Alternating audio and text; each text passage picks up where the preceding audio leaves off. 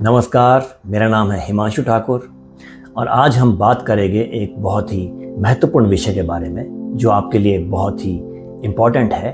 अगर आप किसी भी तरह का योगाभ्यास कर रहे हैं, मेडिटेशन कर रहे हैं, साधना कर रहे हैं या क्रिया कर रहे हैं, तो ये वीडियो आपके लिए बहुत ही इम्पोर्टेंट है। हो सकता है कि आप अभी सोच रहे हो कि आपको भी अपने जीवन में योगा और मेडिटेशन का अभ्यास करना है, तो कुछ महत्वपूर्ण बातें हैं जो मैं इस वीडियो में आपको बताने वाला हूं, जिससे आपको थोड़ी स्पष्टता मिलेगी कि योग के मार्ग पर आपको कैसे टिके रहना है और किन किन बातों का आपको ध्यान रखना है। देखिए, सबसे पहले आप ये समझिए कि योग के बारे में सीखना और जानना अच्छी बात है।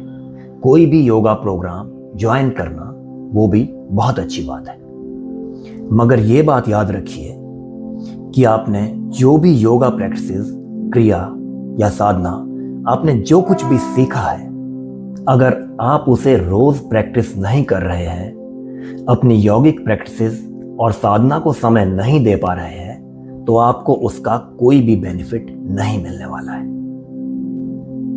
आपने देखा होगा कि बहुत से लोग योगा प्रोग्राम्स ज्वाइन करते हैं और उसके बाद बस कुछ महीने वो अपनी यौगिक प्रैक्टिसेस करेंगे और उसके बाद उसे छोड़ देते हैं। और कुछ लोग ऐसे भी होते हैं जो पहले किसी एक संस्था से यौगिक प्रैक्टिसेस सीखेंगे और फिर उसे कुछ महीने करेंगे और फिर उन्हें लगता है कि उन प्रैक्टिसेस से कुछ हो नहीं रहा है, और फिर वो लोग किसी नई संस्था के पास जाते हैं, वहां से भी कुछ नई साधनाएं सीखते हैं और फिर उसे कुछ महीने करेंगे और छोड़ देंगे और फिर कहेंगे कि हमें कुछ बेनिफिट्स नहीं मिल रहा है।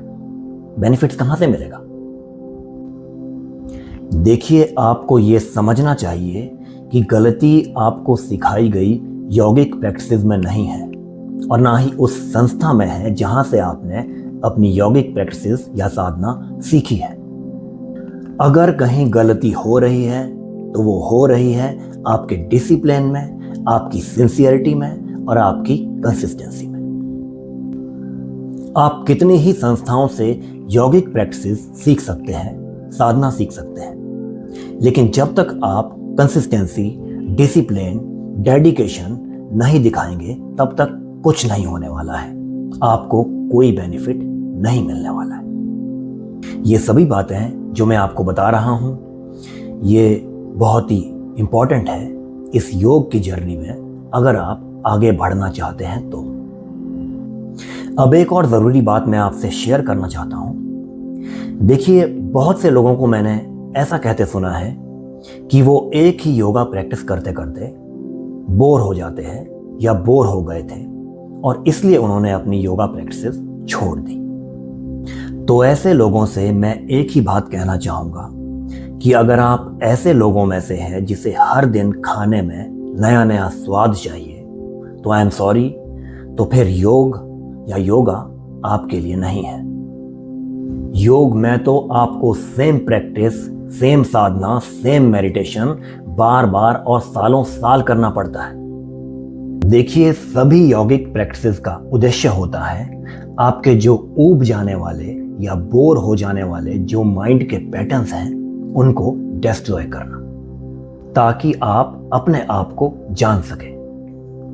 देखिए, ये बात सच है कि एक ही चीज को बार बार करते रहने से इंसान को बोर फील होता है और ये नेचुरल भी है, लेकिन यौगिक प्रैक्टिसेस में अभ्यास आपको आनंद दे या फिर ऊब पैदा करे, उसे हमेशा जारी रखना चाहिए, क्योंकि ऐसा करने से ही आप योग के मार्ग पर और साधना के मार्ग पर आगे बढ़ सकते हैं। तो याद रखिए, कंसिस्टेंसी, डिसिप्लिन, सिंसियरिटी, डेडिकेशन, ये चारों बहुत ही इंपॉर्टेंट है। मैं आशा करता हूं कि आपको ये वीडियो अच्छा लगा होगा।